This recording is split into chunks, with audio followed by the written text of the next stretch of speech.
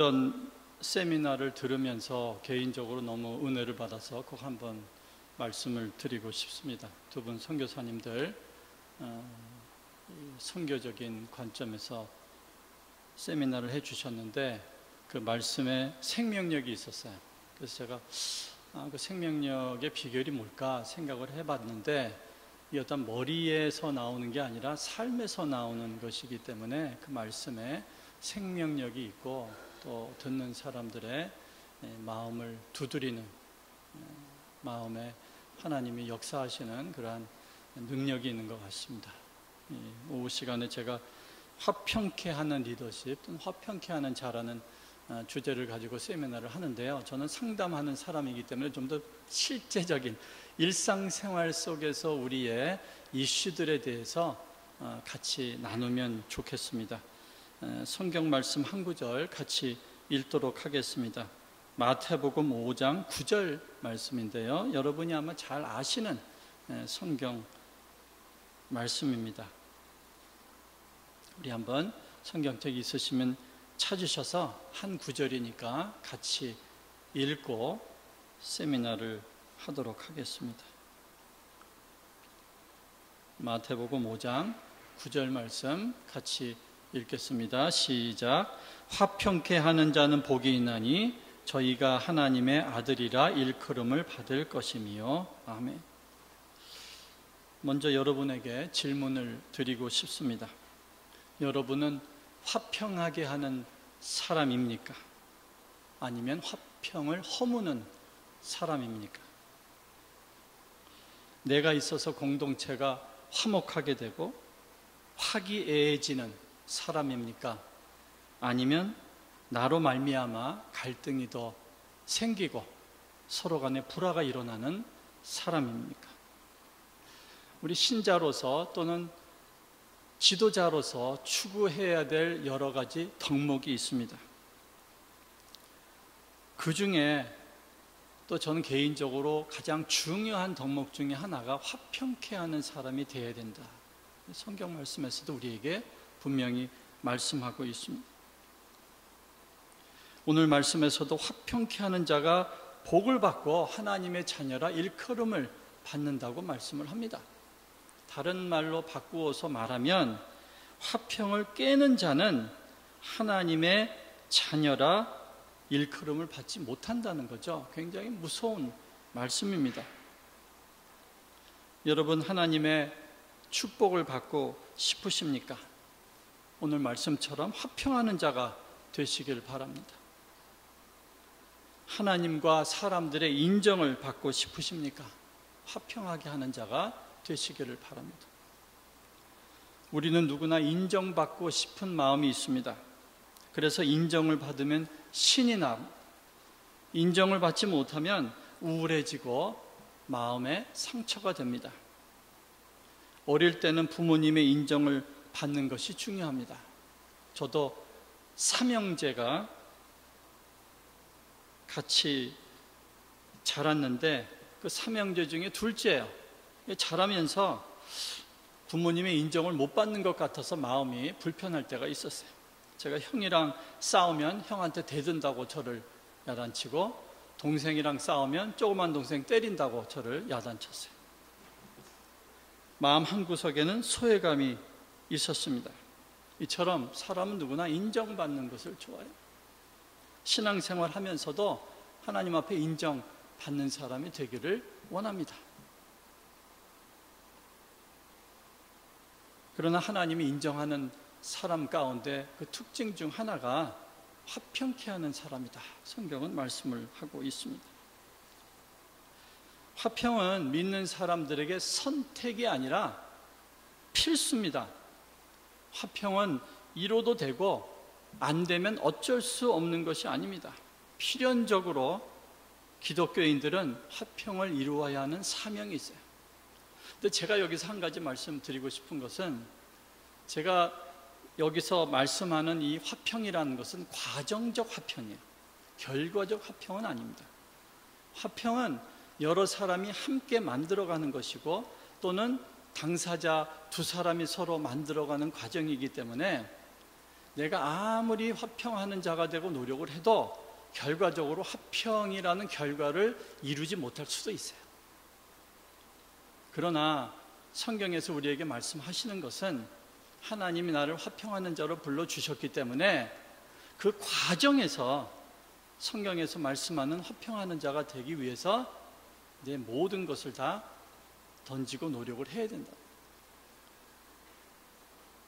그러기에 우리가 하나님 앞에서 어떠한 화평하는 사람이 되어야 될 것인가, 오늘 말씀을 통해서 몇 가지 살펴보는 시간이 되면 좋겠습니다. 특히 인간관계는 신자들의 인격이 드러나는 현장입니다. 우리가 관계를 한 3가지 정도로 나누어서 이해를 할 수가 있는데, 제일 첫 번째는 하나님과의 관계예요.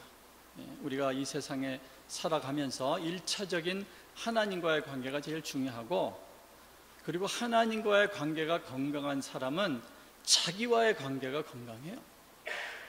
하나님을 아는 지식이 나를 아는 지식이라, 하나님을 알아갈수록 내가 더 분명히 깨달아지고 건강한 정체성을 가질 수가 있습니다. 그리고 3번째 관계는 다른 사람과의 관계예요. 그런데 하나님과의 관계, 그리고 나와의 관계는 겉으로 보여지는 것이 아니에요. 다른 사람들이 눈으로 볼 수 있는 것이 아닙니다. 그런데 3번째, 다른 사람과의 관계는 드러나는 거예요. 그래서 역으로 우리가 이해를 하면 눈에 보이지 않는 하나님과의 관계, 그리고 나와의 관계는 그 사람의 인간관계를 보면 어느 정도 추측할 수가 있다는 거죠. 우리가 한 사람의 믿음을 평가할 때 얼마나 교회 봉사를 하는가, 말씀을 얼마나 읽는가, 기도 생활이 어떠한가, 예배를 얼마나 잘 참석하는가, 헌금 생활이 어떤가, 이런 것들을 많이 보는데 이런 것들이 중요합니다. 그러나 더 분명한 신앙 인격의 지표는 오히려 그 사람이 다른 사람을 어떻게 대하느냐, 그 사람과 다른 사람이 어떻게 관계를 맺어가느냐를 보면 좀 더 깊은 인격을 살펴볼 수가 있습니다. 아무리 성경을 줄줄 외우고 다니고 새벽 기도에 빠지지 않고 다니면 무슨 소용입니까? 주위 사람들 막대하고 약한 지체를 무시하고 다른 사람과 끊임없는 갈등을 하면서 산다면 그 사람의 성경 읽기와 새벽 기도는 과연 무슨 의미가 있을까? 이렇게 반문해 볼 수도 있습니다. 신자의 인간관계는 자동차의 타이어와 같습니다. 도로와 맞부딪히는 부분이에요. 신자들이 특별히 이 세상의 빛과 소금이 되는데 가장 극명하게 겉으로 드러나는 것이 그 사람의 관계성이라는 거예요.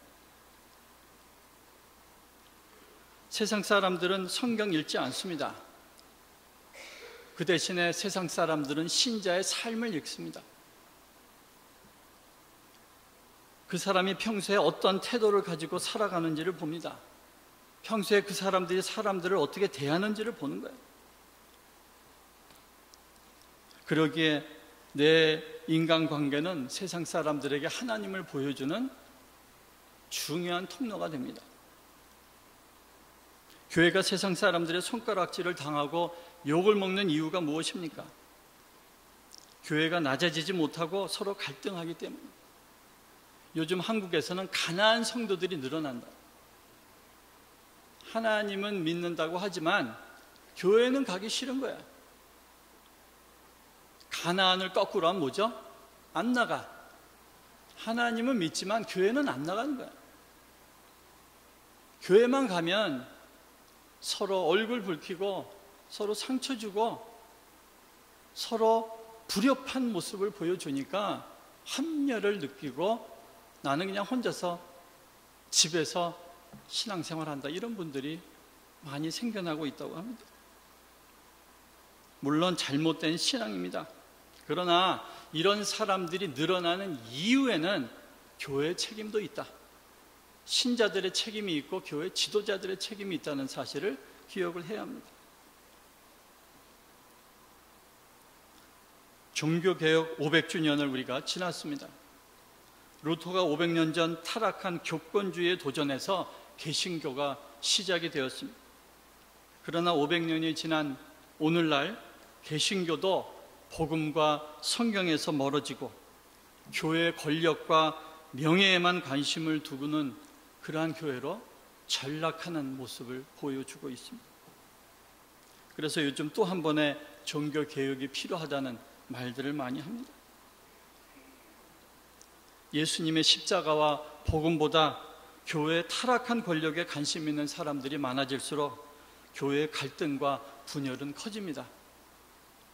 그래서 교회에서 청년들이 떠나고 많은 안 나가 성도들이 늘어나는 것입니다.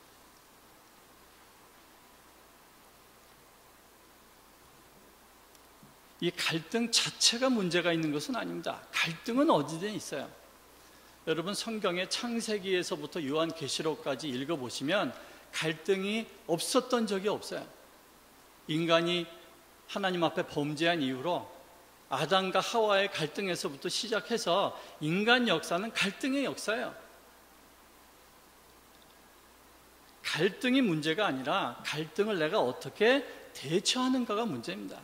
그 갈등에 내가 어떻게 반응할 것인가가 더 중요한 거예요.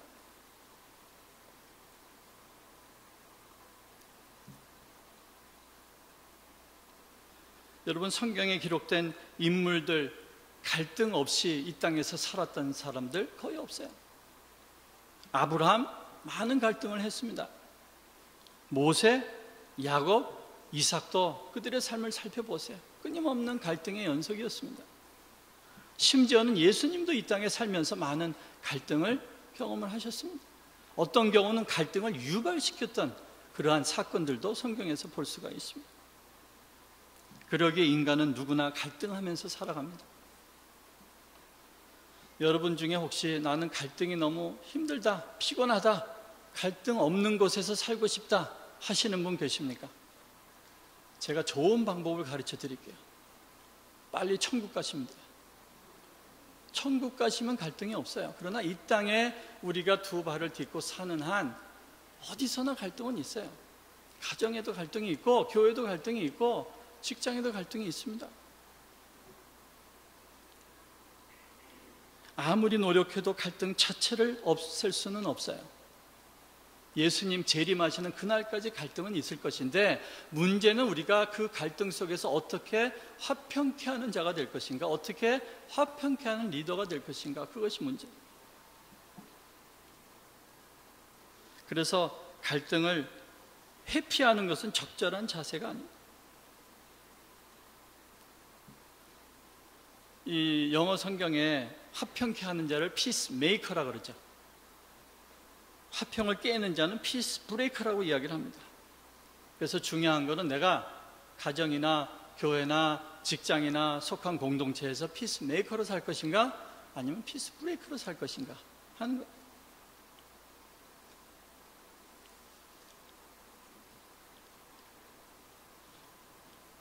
우리 주위에 보면은 평안하게 아무 문제 없이 사는 가정들, 또 아무런 문제 없이 잘 지내는 교회들 우리가 듣기도 하고 또 보기도 합니다. 그러나 겉으로 보기엔 그렇지만 그 가정 깊숙이 들어가 보면, 그 교회 깊숙이 들어가 보면 눈에 보이지 않는, 알지 못하는 갈등은 다 있어요. 문제는 갈등이 있지만 그거를 잘 조화롭게 만들어가고 이겨내고 또 화합을 이루고 그런 능력이 있는 거죠. 여러분 우리가 잘 아시는 빌리 그레함 목사님에 대한 일화가 하나 제가 책에서 읽은 적이 있어요. 이 빌리 그레함 목사님 금혼식에 50주년 결혼 기념식 때 간단한 예배를 드리고 또 축하 식사를 하고 한 분이 그 사모님한테 물어봤대요. 목사님은 사모님과 50년 동안 결혼 생활을 하시면서 한 번도 끝이다, 이혼하겠다 당신이랑 죽어도 안 산다, 이런 말을 하신 적이 있습니까? 그랬더니 그 사모님이 저는 50년 동안 한 번도 이혼하자 소리를 안 하고 살았다. 한 번도 끝이라는 소리를 안 하고 살았다. 그래서 물어본 분이 역시 그 사모님이 참 대단한 분이시구나. 그래서 빌리그레암 목사님이 이렇게 사역을 하시는구나, 이렇게 감탄을 하고 있는데, 이 사모님이 이어서 하시는 말씀이 제가 속으로 죽이고 싶은 생각은 수백 번 했던, 살면서 아무리 빌리그레암 목사님이라 할지라도 서로 미워질 때가 있고 살기 싫을 때가 있는 거예요. 그런데 그거를 내가 잘 나름대로 극복을 하는 거죠. 입 밖으로 내지 않은 거죠. 생각하는 것과 입으로 발설하는 것은 전혀 다른 차원이에요.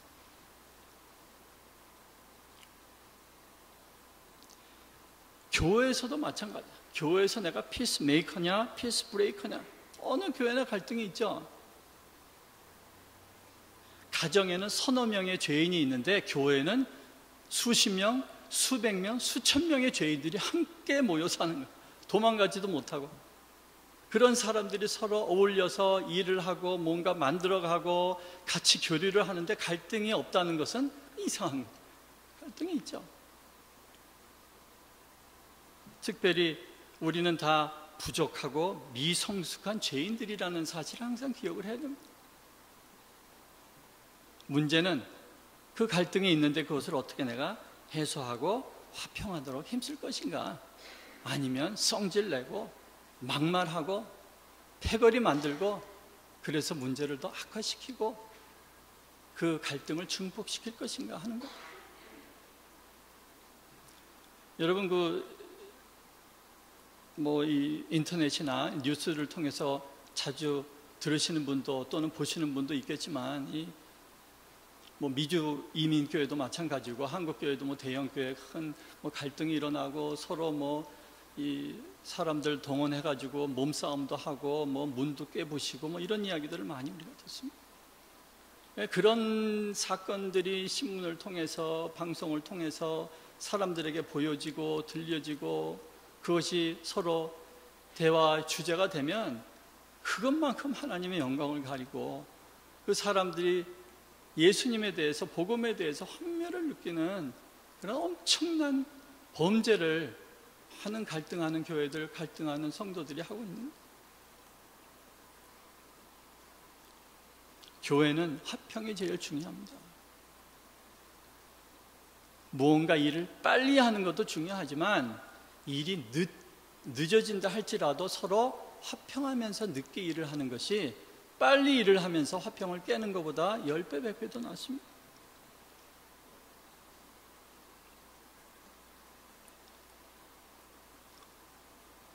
몇 년 전 저희 학교 대학생들과 영국에 선교 여행을 다녀온 적이 있습니다. 한 250명 정도 학생과 교수들이 영국 전역 8개 도시에 흩어져서 교회에서 자고 먹으면서 기도하고 전도하고 참 은혜의 시간을 가졌고 하나님의 큰 역사가 있었습니다. 그런데 안타까웠던 일은 저희가 이렇게 도시를 다니다 보면 런던의 교회 건물들이 팔려서 술집이 되고 다양한 다른 용도로 사용되는 그러한 사례들을 많이 본. 영국이 한때는 세계 선교의 이력을 감당하던 때가 있었습니다. 화려하고 웅장한 건물이 수없이 지어졌어요. 그러나 하나님이 촛대를 옮기시니까 교회를 유지할 수 있는 교인이 없습니다. 교회는 우리 김희연 목사님도 말씀하셨지만 건물이 아니라 하나님의 사람들입니다. 교인이 없는 예배당 헐리겠죠. 그거 뭐하러 있습니까? 교회는 믿는 사람들이 지체를 이루는 공동체입니다. 그러기에 건물이 아니라 사람이 중요해요. 어떻게 서로 하나님의 지체로서 하나님의 역사를 이루어갈 것인가, 이게 가장 중요합니다. 몸이 서로 갈등하면 온몸이 병들고 죽게 됩니다. 교인들이 갈등하는 것은 자기 몸을 자해하는 것 같아요. 손이 칼을 들고 자기 몸을 찌르는 것과 마찬가지입니다. 이 사실을 모르고 서로를 미워하고 서로를 내쫓으려고 합니다. 그러면 어떻게 피스메이커가 될 수 있을 것인지 몇 가지 살펴보도록 하겠습니다. 첫 번째로 우리가 화평케 하는 자가 되기 위해서는 서로의 차이를 인정해야 됩니다. 하나님 우리 한 사람 한 사람을 독특한 존재로 지으셨어요. 이 세상에 똑같은 사람 아무도 없습니다. 일란성 쌍둥이도 유전자가 같지만 얼굴이 엇비슷하게 닮았지만 가까이 보면 달라요. 그러나 겉의 모습이 다른 것이 우리를 갈등하는 것이 아니라 그 속이 다른 거죠. 생각하는 것이 다르고 지향점이 다르고 성격이 다르고 일을 하는 방법이 다른 거예요. 고린도전서 12장에서 우리가 몸의 각 지체를 이루었다고 말씀을 하고 있습니다. 손도 있고 발도 있습니다. 손과 발이 모양도 다르고 기능도 다릅니다. 그러나 하나님이 주신 각자의 기능과 역할을 감당했을 때 서로의 차이를 인정하고 존중할 때 온몸이 건강하게 기능할 수가 있고 몸이 건강하게 성장할 수가 있어요. 서로 필요하기 때문에 하나님이 만드신 지체들인 거예요. 그러기에 인정하고 소중하게 여겨야 합니다. 내 마음에 안 들어도 내 눈에 거슬려도 분명히 하나님이 필요해서 주신 지체라는 인식을 가지고 대할 수 있어요. 여러분, 다른 것과 틀린 것은 구분을 돼야 되죠. 우리 일상적으로 이야기할 때 뭐 틀렸어 이렇게 이야기를 하지만 그 말하는 사람의 의미는 우리가 서로 달라 이런 의미죠. 다름을 틀린 것이라고 지적하고 비난하고 고치려고 하면 갈등이 생기게 됩니다. 한번 저를 따라해 보시면 좋겠습니다. 다른 것은 틀린 것이 아니다. 다른 것은 다른 것이다. 물론 제가 여기서 다르다고 이야기할 때 한 가지 전제 조건이 있는데 성경에서는 경건과 불경건을 다르다고 이야기하지 않아요.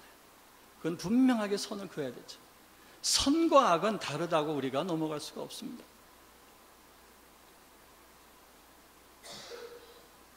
경건과 불경건, 선과 악의 차이점을 우리가 대강 서로 받아주고 대강 넘어가야 되고 화합해야 되고 이런 말씀을 드리는 것이 아니에요.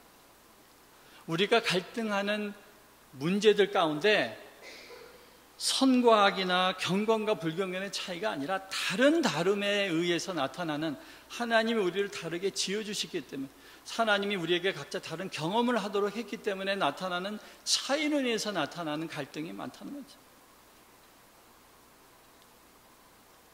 이 갈등하는 뿌리를 잘 살펴보면 사실은 선과 악이나 경건과 불경건의 차이가 아닌 것을 볼 수가 있습니다.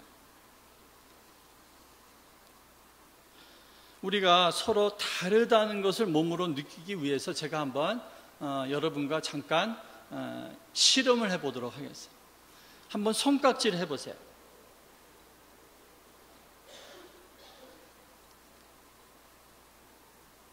손깍지를 해보시면 어떤 분은 오른손 엄지가 위로 가는 손깍지를 하시는 분이 있고 어떤 분은 왼손 엄지가 위로 가는 손깍지를 하시는 분이 계세요.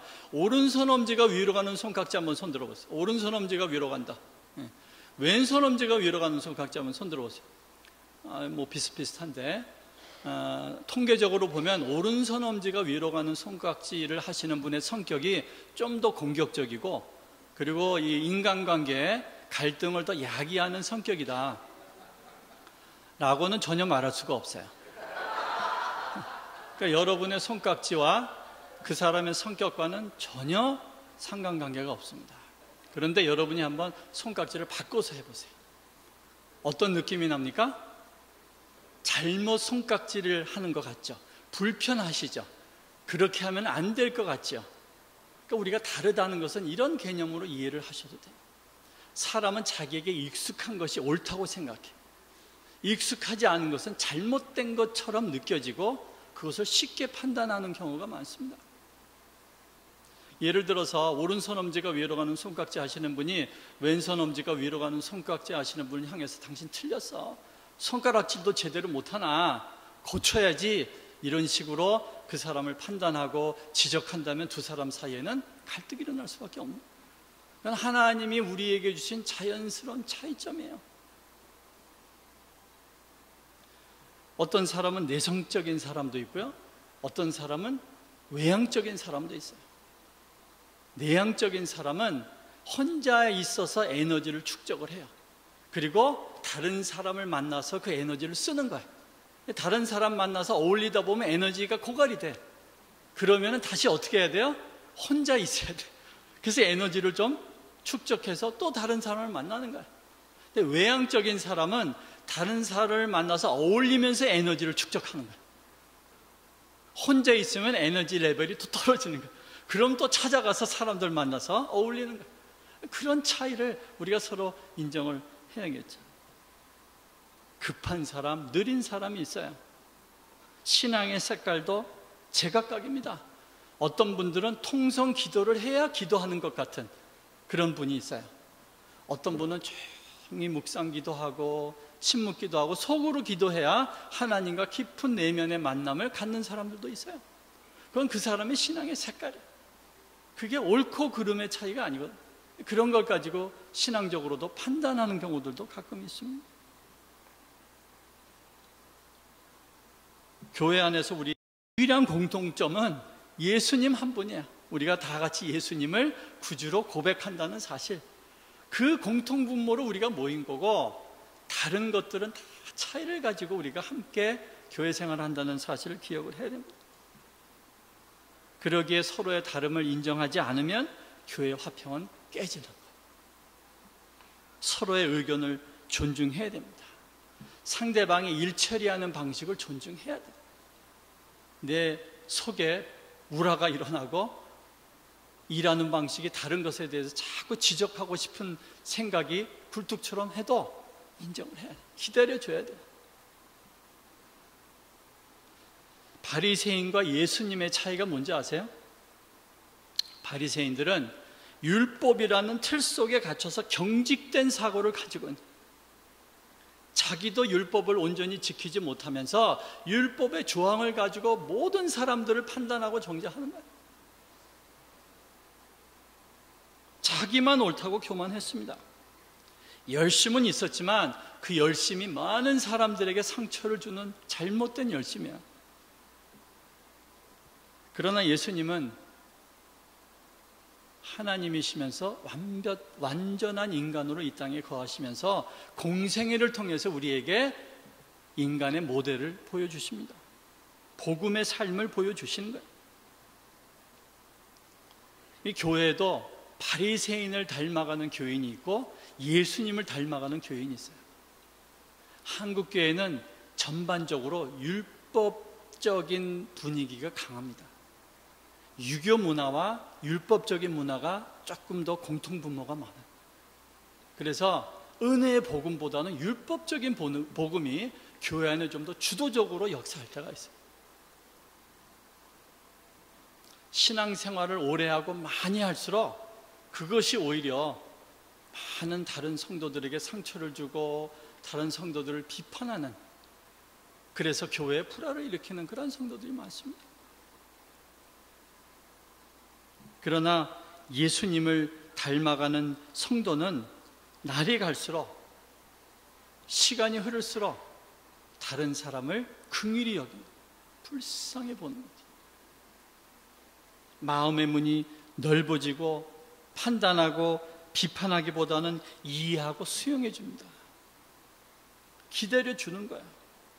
이러한 성도가 많으면 많을수록 교회는 더 화평해지고 교회는 은혜가 넘치는 거예요. 여러분, 가정도 그렇고 교회도 그렇고 어떤 공동체도 그렇고 그 교회나 가정이나 공동체가 화평을 하기 위해서는 누군가 희생을 해야 돼요.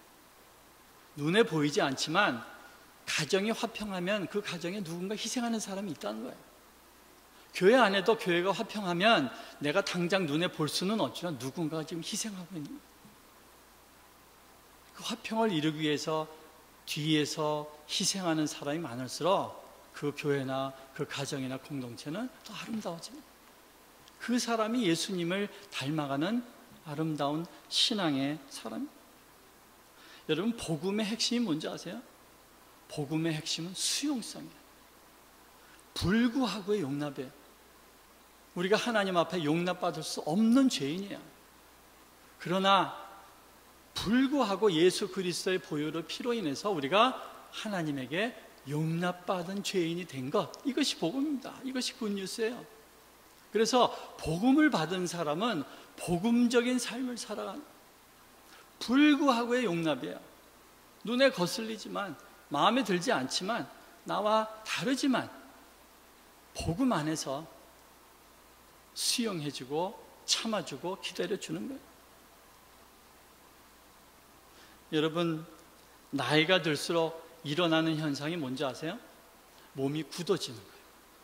저도 이제 내년에 한갑인데 그렇게 나이가 많지는 않지만 이제 아침에 일어나면 손발이 좀 뻣뻣해요. 굳어가지고 어떨 때는 아침에 일어나서 잼잼해야 좀 손발이 풀리는 그러한 경우들이 있어요. 그만큼 몸이 굳어진다는 거죠. 그래서 이게 이제 아침에 완전히 딱딱하게 굳는다는 건 뭐예요? 죽는 거예요. 내 영이 몸을 떠나는 거죠. 점차 우리의 몸은 딱딱하고 굳어지는 거예요. 그런데 여러분, 나이가 들수록 몸이 굳어지는 건 어쩔 수 없는데 더 무서운 것은 사고가 굳어지는 거예요. 그 사람의 정신이 굳어져요. 그래서 여러분, 나이 많으신 분들은 대화를 하면 다른 사람 이야기를 잘 안 들어요. 계속 자기 이야기. 그리고 자기 말에 자꾸 무슨 다른 이야기를 하면은 썽을 내요. 화를 냅니다. 다른 사람들이 떠나는 거야. 근데 우리 그리스도인들은 겉사람은 후패하나 속사람은 날로 새로워집니다. 그러니까 우리의 몸이 굳어지는 것은 어쩔 수 없지만 우리의 속사람은 그리스도 안에서 예수님의 그 성품 가운데서 더 아름다워지는 것이 그리스도인의 늙어감이에요. 저도 그런 사람이 되고 싶은데 잘 안 돼서 안타깝게 생각하고 있어요. 마음의 문이 좁아진 분이 계시다면 좀 마음의 문을 여시는 그런 여러분 되시기 바랍니다. 나와 다른 사람을 볼 때도 그럴 수가 있느냐고 그러지 말고 그럴 수도 있지 라면서 좀 더 너그러운 마음으로 바라보는 여러분이 되시기 바랍니다. 다른 의견이 있어도 틀린 것이 아니라 다르다는 사실을 기억하시고 그 사람을 대할 수 있는 여러분이 되시기 바랍니다. 두 번째로 우리가 화평을 이루기 위해서는 먼저 나의 허물을 볼 수 있어야 합니다. 이 피스메이커라는 책이 있는데 그 책에 보면 갈등이 생기면 사람들은 제일 먼저 다른 사람을 먼저 본다. 다른 사람의 허물, 다른 사람의 잘못을 먼저 보고 그것을 먼저 보기 때문에 내 속에서 더 분노가 일어나고 용서가 안 되는 거예요. 그러나 화평케 하는 자는 다른 사람의 허물을 보기 전에 먼저 나의 허물을 보는 사람. 쉽지 않거든요. 내 허물을 본다는 것이. 그래서 우리 그리스도인들은 다른 사람의 허물을 보기 전에 먼저 누구를 봐야 돼요? 하나님을 봐야 돼요. 하나님을 봐야 내가 보이는 거예요. 예수님을 봐야 내가 조금씩 보이기 시작합니다. 여러분, 자신을 잘 본다고 생각하세요? 자신의 허물이나 자신의 약점을 잘 아십니까? 다른 사람의 허물이나 약점은 쉽게 보고 쉽게 지적하지만 자신의 허물과 자신의 약점, 자신의 잘못을 보지 못하고 살아가는 것이 인간이에요. 우리 인간은 다 이기적인 존재야. 제가 여기서 강의를 하는데 제가 이기적인 사람 같아요? 이기적인 사람 아닌 것 같습니까? 아닌 것 같죠?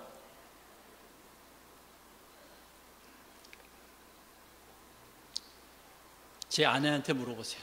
어떤 사람인지. 극히 이기적인 사람입니다. 공적으로는 조금 이기적이지 않도록 보이기 위해서 노력하는 모습은 있지만 깊은 제 삶 속으로 들어와 보시면 그 자기중심성, 그 이기성을 잘 보실 수가 있어요. 저뿐만 아니라 여러분도 마찬가지. 제가 아시는 분도 있고 모르시는 분도 있지만 제가 이 영적인 눈으로 여러분을 보면서 예언하건대 여러분 다 이기적인 사람, 이기적이다 머리에 쓰고 다니셔.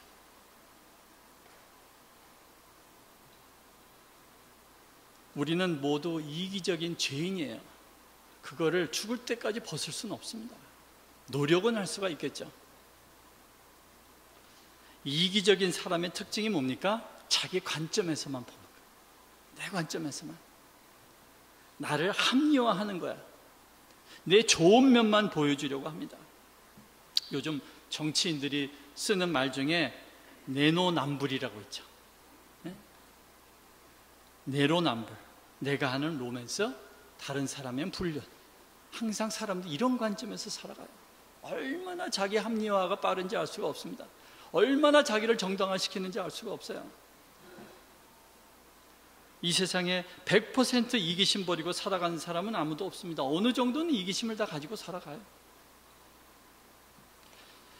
이 하나님이 가끔 저한테 너는 참 이기적인 사람이다 라고 말씀하실 때가 있어요.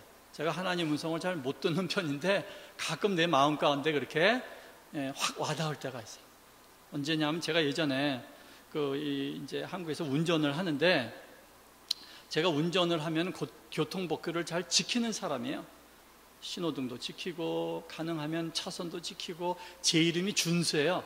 그래서 가요다 보면 법규 준수, 준수 이런 팻말도 있는데, 제가 예전에 남서울 교회라는 교회에서 이제 협동 목사를 했는데, 남서울 교회가 이 반포에 있어요. 그래서 이 교회가 끝나면 제가 운전을 해서 저희 집으로 가는데 반포대교를 건너요. 그래서 반포대교 끝날 때 램프를 빠져서 강변북로를 타고, 제가 이제 덕소라는 지역에 살고 있는데, 그래서 강변북로 타고 저희 집으로 운전해서 가는데, 저는 운전할 때 반포대교 항상 오른쪽 차선에 붙어서 가다가 램프를 빠져서 강변북로를 타는데, 운전하다 보면 얄미운 운전수들이 있어요. 왼쪽 차선으로 빨리 가다가 램프 들어갈 때쯤에 끼어드는 차들이 있어요. 얼마나 얄밉습니까? 그래서 끼어들겠다고 신호를 주면 저는 죽어도 안 비켜줘요. 차간거리가 조금 있다가도 끼어들 것 같으면 얼른 차간거리를 좁히고, 죽어도 내 앞에 못 낀다, 끼려면 내 뒤로 가라. 그래서 방해하고 나면 굉장히 마음이 편해져요. 그래서 강변북로 운전할 때 찬송하면서 기쁘게 집에까지 운전해서 갈 때가 많습니다. 그런데 가끔 어떤 경험이 있냐면, 반포대교에 차들이 한꺼번에 몰리는 거예요. 그럼 저도 어쩔 수 없이 왼쪽 차선을 타고 갈 수밖에 없는 상황이 되는데, 저도 램프를 빠져서 강변북로를 타야 되기 때문에 오른쪽 차선으로 들어가겠다고 신호를 주면 쫀쫀한 운전수들이 있어요.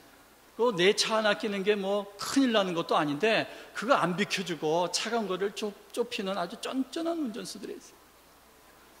그럴 때 저는 차 앞대가리를 무리하게 돼서 차를 그 앞에 끼워서 강변북로를 타는데, 그럼 또 마음이 편해져서 찬송하면서 집까지 운전해서 갑니다. 그럴 때 하나님이 제 마음 가운데 그런 생각을 주시는 거예요. 넌 참 이기적인 인간이다. 내가 오른쪽 차선에 있으면 끼는 놈이 나쁜 놈이고, 왼쪽 차선에 있으면 안 끼게 해주는 놈이 쫀쫀한 놈. 다 자기 중심, 자기 관점에서 보면서 살아가는 것이 인간입니다. 그러기에 특별히 우리가 화평케 하는 사람이 되기 위해서는 다른 사람도 잘 볼 수 있어야 되지만 자꾸 나를 보는 훈련을 해야 돼요. 나를 보는 훈련. 우리가 상담에서 이것을 메타인지라 알아요. 메타인지. 객관성. 자기 세계 속에 함몰되어 있지 말고 객관적인 눈을 가지고 자꾸 자기를 조명해 보는 사람이 성숙한 사람의 특징이에요. 심리학에서도 성숙한 사람의 특징이 메타인지가 발달된 사람이라. 자기 세계, 자기 관점, 그 틀 속에 있는 사람은 그 속에서 다른 걸 보질 못하는 거예요. 그런데 여러분, 우리가 신앙생활을 하면 메타인지가 아니라 성령인지가 생겨요. 그거 아세요? 하나님의 눈으로 자꾸 자기를 보는 훈련이 되는 거예요. 자꾸 자기를 바라보는 그러한 영안이 띄어지는 거예요. 그래서 여러분, 내가 나를 하나님 앞에서 적나라하게 볼 수 있다면 다른 사람을 쉽게 판단하고 정죄하지 못합니다. 내가 상대방의 잘못을 지적할수록 그거보다 더 많은 잘못이 내 안에 있다는 것을 먼저 볼 수 있어야 돼. 그래야 내가 긍휼한 마음을 가질 수가 있습니다. 내가 한 손가락으로 다른 사람을 지적하는 그 순간 세 손가락은 나를 가리키고 있다는 사실을 기억을 하셔야 돼요. 그래서 나를 잘 보기 위해서는 우리가 하나님 앞에 엎드려야 돼요. 하나님 앞에 엎드려서 하나님 좀 나를 보게 해주세요. 하나님 내 합리화를 깨고 내 정당화를 깨고 내 실존이 어떠한 존재인지 내 실체를 좀 보게 해주세요. 하나님 앞에 엎드리는 사람입니다. 여러분, 기도라는 것은 하나님 앞에서 선 나를 보는 사건이야.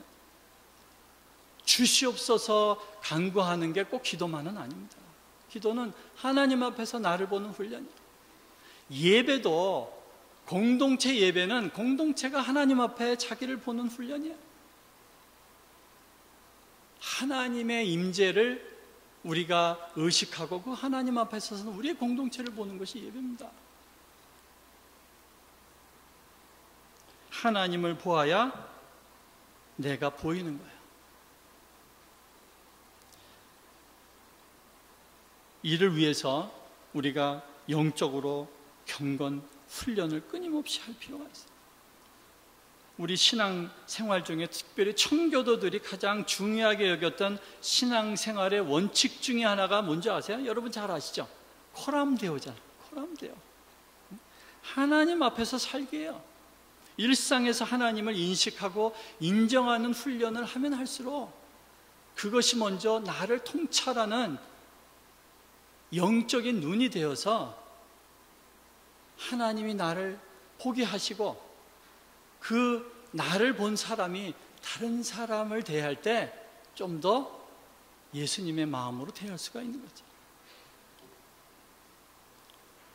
우리가 일상을 살아가면서 사람에 대한 의식은 많이 하지만 정작 하나님에 대한 인식은 거의 없이 살아갑니다. 목사인 저도 의식적으로 하지 않으면 하나님 임재의 의식은 별로 없이 살아가요.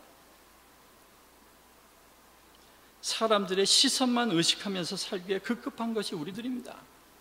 내가 사람들에게 어떻게 보여지는지 그것이 중요한 거예요, 나한테. 사람들에게 좀 못한 모습으로 보여지면 그게 내 속을 상하게 만드는 거예요. 창피한 거예요. 잘못 감추기에 급급합니다. 좋은 모습 보여주려고 애를 쓰는 거예요. 그러나 정작 관심을 가져야 할 하나님의 시선에 대해서는 무관심하게 살아가는 것이 저희들이에요. 저를 포함해서.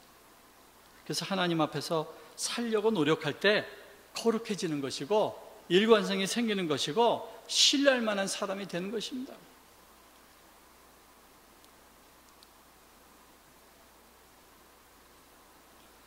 기도와 말씀으로 끊임없이 하나님 앞에서 자기를 돌아보시는 여러분이 되시기 바랍니다. 기도하실 때에도 달라고만 기도하지 마시고 먼저 하나님을 인정하시는 기도를 하시고 그 하나님 눈으로 나를 보는 기도를 하세요. 그리고 나를 볼 수 있도록 하나님에게 도움을 구하세요. 한 청년이 캠프장에 가서 잠자리에 들기 전에 세면도구를 가지고 화장실을 가는데 날이 어둡고 껌껌한 캠프장이었기 때문에 이 램프를 비추면서 이 씻기 위해서 수도가를 찾아가다가 이 청년이 밑에 이 돌뿌리에 걸려가지고 콱 넘어진, 손정등도 깨지고 가지고 있던 뭐 수건이나 칫솔도 다 흩어지고, 그래서 주섬주섬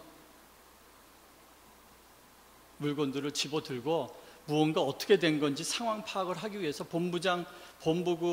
이 캠프장 본부 위에 이 등이 하나 달려 있는 거예요. 그래서 그 불빛을 향해서 이 청년이 걸어갑니다. 깜깜할 때는 보이지 않았는데 이 불빛에 조금씩 비치기 시작하니까 자기의 몰골이 드러나. 근데 넘어진 데가 아마 진흙탕이었던 것 같아요. 온몸에 진흙이 묻어 있고 넘어질 때 여기 까져서 피가 나고 온몸이 몰골이 아닙니다. 말이 아니에요. 이 예화가 우리가 그리스도 안에서 구원받고 하나님 앞에 성장해 나아가는 과정이에요. 우리가 어둠에 있을 때는 다 내가 잘난 것 같고 다 내가 괜찮은 사람으로 여겼는데, 우리가 복음을 받아들인다는 것은 빛 대신 그리스도 앞에 서는 사건이죠. 그리스도 앞에 그리스도의 은혜로 내 구원을 받는 거예요. 적나라하게 드러나는 거예요. 그리고 우리가 신앙생활을 더 연수가 많아진다는 것은 그 빛 대신 그리스도 앞으로 더 가까이 나아가는 과정. 가까이 갈수록 내가 더 보여지는 거죠. 근데 그 불빛에 비춰서 보여진 내 모습은 절대로 아름답지 않습니다. 여러분도 아마 제 속을 보면 무슨 생각하면서 살아가는가, 그렇게 여러분이 보실 수 있다면 아마 제 설교 들을 때 역겨움을 느끼실지 모르겠어요. 인간은 다 그런 존재입니다. 악한 생각하고요, 욕심 떠덕떠덕 붙어서 살아가는 거예요. 목사고 선교사고 장로고 신앙생활 오래 할 때 할지라도 인간은 죄인입니다. 그런 모습을 내가 적나라하게 보는 거예요. 그래야 내가 겸손해지는 거죠. 그래야 내가 다른 사람을 긍휼히 여기는 거고 화평케 하는 사람이 될 수가 있습니다. 유리와 거울의 차이는 뭔지 아세요? 유리를 통해서 보면 상대방이 보이고 거울을 보면 자기가 보이는. 근데 유리가 어떻게 거울이 되는지 아세요? 유리 뒤에다 수은을 바르면 거울이 되는 거예요. 예수 그리스도의 은혜가 수은과 같은 거예요. 내가 다른 사람 보면서 판단하고 비판하면서 살아가는데 예수 그리스도의 은혜가 내 눈에 발라지면 그때는 내가 보이기 시작하고 내 모습을 보면서 다른 사람에게 쉽게 손가락질 못하는 것이 우리들의 모습.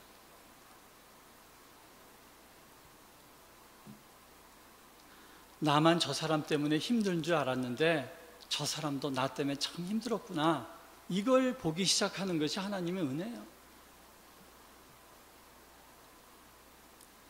그래서 화평을 깨는 피스 브레이커는 먼저 상대방의 잘못을 먼저 지적하고 비난합니다.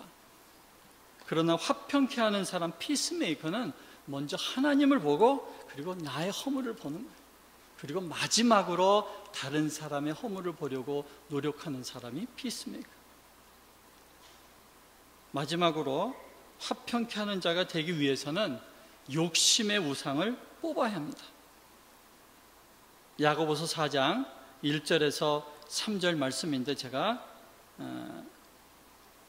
먼저 짤막하게 읽어드리도록 하겠습니다. 야고보서 4장 1절에서 3절. 너희 중에 싸움이 어디로부터 다툼이 어디로부터 나느냐? 너희 지체 중에서 싸우는 정욕으로부터 나는 것이 아니냐?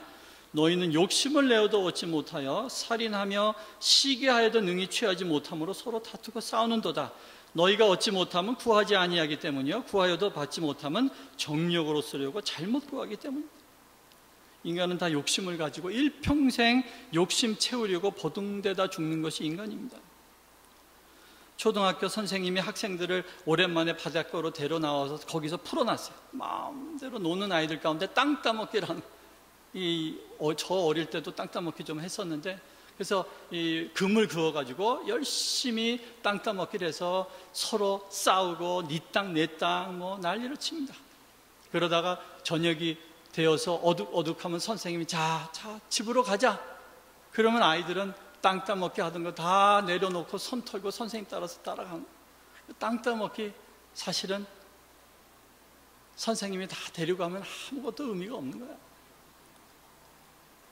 조금 더 많이 가지려고 욕심내고 싸우는데 하나님이 부르시면 다 내려놓고 가는 우리들의 인생입니다. 많은 갈등은 인간의 욕심이 원인이에요. 내가 더 높아지고 싶은 욕심, 내가 더 많이 가지고 싶은 욕심, 내가 더 대접받으려고 하는 욕심, 욕심을 내는 마음에 갈등이 자꾸 커지는 거예요. 그러기에 내가 가진 것으로 만족이 안 돼요. 옆 사람보다 더 많은 것을 움켜쥐려고 합니다. 인간의 욕심은 끝이 없어요. 채울 수가 없습니다. 한국 사회 단군 이래로 이렇게 잘 산 적이 없습니다. 예전에 비해서 얼마나 풍요로운 사회가 되었는지 알 수가 없어요. 그러나 요즘 사람들은 더 부족하다고 느껴요. 풍요 속에서의 결핍을 느끼면서 살아가는 거예요. 절대적인 결핍이 아니라 상대적인 결핍이에요.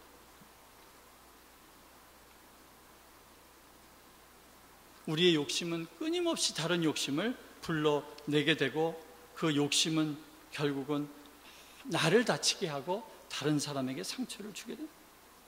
그리고 욕심이 절대화되면 그 욕심이 점차 마음의 우상으로 변질이 돼요.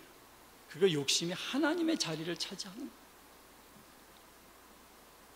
여러분, 죄악된 욕심만 우상이 되는 것은 아닙니다. 선한 원함도 욕심이 커지면 욕망이 되고 집착하게 되는 거예요. 그래서 어제도 잠깐 제가 중독이라는 제 말씀도 드렸지만, 인간은 쉽게 집착하고 중독되는 거예요. 하나님의 일도 중독하고 집착하면 그것이 우상입니다. 하나님의 예배당을 짓고 하나님의 선교를 하고 하나님의 나라를 위해서 사역하는 것도 그것이 하나님을 위한 것이 아니라 자기 욕심을 채우는 사역이 될 경우가 많아요. 그러나 겉으로는 합리화를 시키죠. 주님을 위해서 하고 주님의 나라를 위한 것이라고 하지만 그 마음 깊은 곳에는 욕심의 우상이 자리 잡고 있는 경우도 있습니다. 그러기에 우리는 끊임없이 내가 움켜쥔 손을 펴는 훈련을 해야 됩니다. 갈등 속에서 우리의 마음이 드러납니다. 무엇이 내 마음을 붙들고 있는지 조용히 하나님 앞에서 확인하는 우리들이 되어야 합니다. 하나님, 내가 무엇에 집착하고 있습니까? 하나님, 내가 뭘 지금 움켜쥐고 있습니까? 뭘 내가 놓지 않으려고 파등되고 있습니까? 이 세상 사람들은 힘의 논리에서 움직입니다. 그래서 어떻게 하든지 더 힘을 많이 가지려고 애를 쓰는 거예요. 근데 잘 살펴보면 교회 안에도 서로 힘을 가지기 위해서 노력하고 싸웁니다. 선한 이름으로 포장은 하지만 실제로 보면 영향력이라는 힘, 무언가 인정이라는 힘, 이런 것을 서로 얻으려고 퍼동대면서 갈등하는 우리들의 모습이 있습니다. 마가복음 9장 35절 말씀해 보시면, 누구든지 첫째가 되고자 하면 뭇사람의 끝이 되고 뭇사람을 섬기는 사람이 되어야 한다고 말씀합니다. 우리 말씀을 마치면서 우리 자신을 한번 돌아보시면서 자문해 보시기 바랍니다. 나는 피스 메이커로 살고 있는가? 아니면 피스 브레이커로 살고 있는가? 과연 나를 통해서 우리 가정이, 우리 교회가 더 화평해지고 있는가? 아니면 나로 말미암아 우리 가정과 우리 교회가 더 갈등이 일어나고 있는가? 피스메이커는 마치 소금과 같습니다. 마가복음 9장 50절 말씀해 보시면, 소금은 좋은 것이로되 소금이 맛을 잃으면 무엇으로 이를 짜게 하리요? 너희 속에 소금을 두고 서로 화목하라고 말씀하고 있습니다. 여러분이 소금을 국에 넣고 간을 맞추잖아요. 그러면 그 잘 간이 된 국을 먹으면서 참 소금맛 좋다고 이야기하는 사람은 없습니다. 국맛이 좋다고 그러죠. 우리 서로 소금이 되어서 화평케 한다는 것은 내가 없어지는 거예요. 내가 희생하고 내가 사람들이 안 보이는 데에서 섬김으로 말미암아 다른 사람들이 그 국맛을 누리면서 좋아하고 즐거워하는 것, 이것이 바로 화평케 하는 사람의 역할입니다. 우리 여러분의 가정에, 교회에 이렇게 화평케 하는 사람들이 날이 갈수록 늘어나서 하나님의 나라가 확장되고 하나님의 영광이 드러나는 그러한 리더십, 그러한 교회, 그러한 가정이 되시길 주의 이름으로 축원합니다.